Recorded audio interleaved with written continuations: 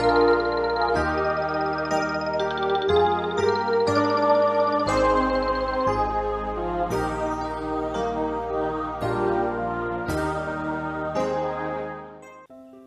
saudaraku, selamat pagi, semoga kita semua dalam keadaan sehat dan penuh sukacita dalam Tuhan.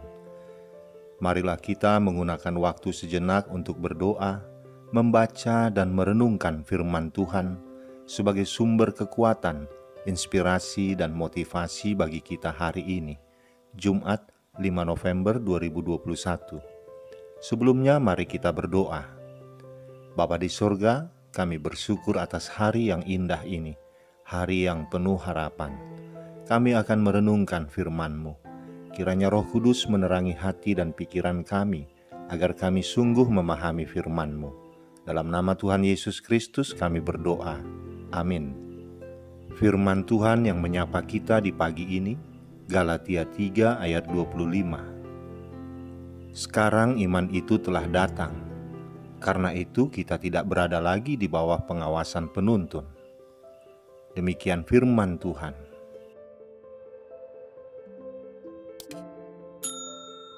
Saudaraku, nas bacaan kita hari ini sebenarnya memberikan gambaran perbedaan kondisi manusia di masa Perjanjian Lama dan Perjanjian Baru dalam kerangka proyek keselamatan dari Allah bagi manusia. Pada masa Perjanjian Lama, jelas bahwa bangsa Israel dituntut untuk hidup menurut hukum Taurat. Akan tetapi, ternyata hukum Taurat itu belumlah sempurna. Hukum Taurat hanyalah gambaran terhadap apa yang akan datang, yaitu kedatangan Kristus ke dalam dunia ini. Dengan demikian, patutlah disebut bahwa hukum Taurat adalah penuntun sampai kepada kedatangan Kristus. Tujuan hukum Taurat itu adalah supaya kita boleh memiliki iman kepada Tuhan, sehingga kita dapat dibenarkan karena iman. Di masa Perjanjian Baru, kita hidup di masa setelah kedatangan Kristus yang pertama kali. Pada masa Perjanjian Baru, sudah ada contoh yang harus kita teladani, yaitu Kristus, yang hidupnya adalah untuk melakukan kehendak Bapa.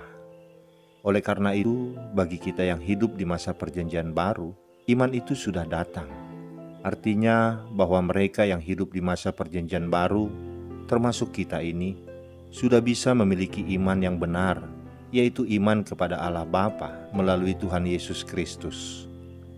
Hal ini berbeda dengan bangsa Israel di masa Perjanjian Lama, di mana Tuhan Yesus belum menyatakan dirinya secara penuh. Bangsa Israel belum memiliki pemahaman yang penuh terhadap sosok Mesias, Anak Allah yang tunggal itu. Namun kita sudah mengenal Tuhan Yesus dalam kehidupannya selama di bumi ini. Oleh karena itu, tentu kita tidak boleh lagi hanya terpaku pada hukum Taurat saja. Karena hukum Taurat hanyalah penuntun atau pengantar kepada keselamatan yang sesungguhnya di dalam nama Tuhan Yesus Kristus. Saudaraku, seandainya kita masuk ke sebuah kota untuk mencari alamat rumah seseorang, lalu kita bertemu dengan seseorang dan kita bertanya kepadanya di mana letak rumah itu, lalu dia memberikan petunjuk. Ikuti saja jalan utama ini sampai ketemu sebuah gereja. Kemudian berbeloklah ke kanan dan lewati 2 persimpangan berikutnya. Kemudian di persimpangan ketiga, beloklah ke kiri. Rumah yang Anda cari adalah rumah kelima dari sisi kanan jalan itu. Seandainya kita mendengar semua itu, mungkin kita akan mudah lupa, lalu mencari orang lain untuk bertanya kembali tentang alamat itu.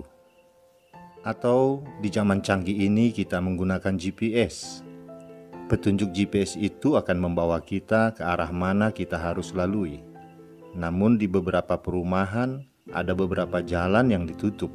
GPS tidak akan tahu bahwa jalan itu ditutup, sehingga kita kebingungan sendiri dengan arahan GPS itu. Dan akhirnya kita harus mencari orang yang mau mengantarkan kita sampai pada alamat yang kita tuju.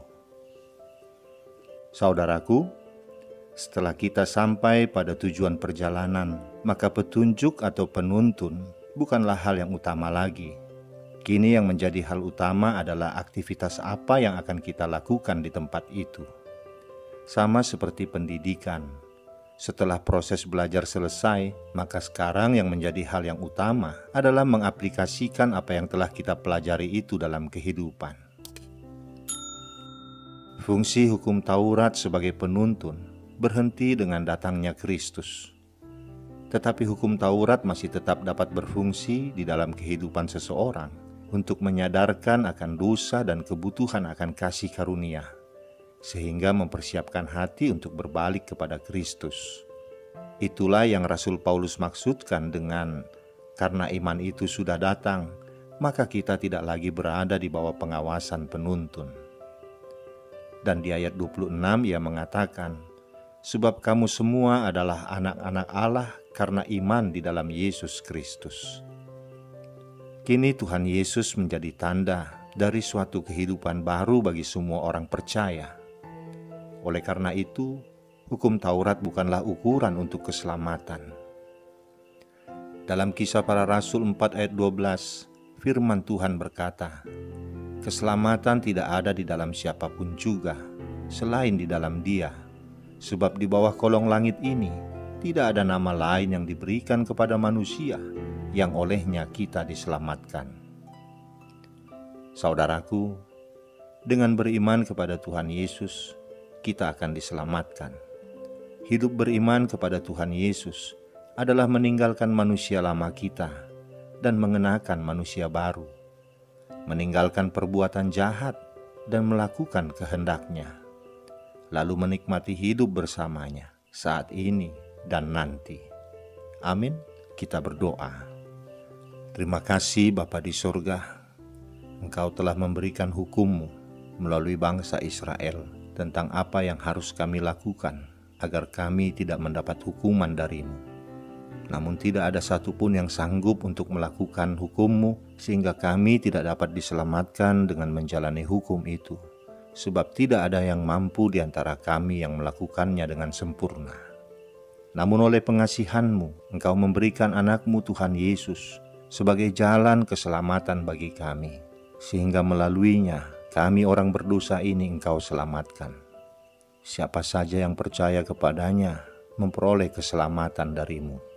Itulah yang kami imani Bapa. Kami percaya dan beriman kepada anak-Mu Tuhan Yesus Kristus. Kami mau melakukan apa yang diperintahkannya. Beri kami kekuatan untuk melakukannya Bapa dengan Roh-Mu yang kudus, agar keselamatan yang telah Engkau berikan bagi kami tidak menjadi sia-sia. Di dalam nama anak-Mu Tuhan Yesus Kristus kami berdoa. Amin. Selamat beraktivitas saudaraku. Tuhan memberkati. Shalom.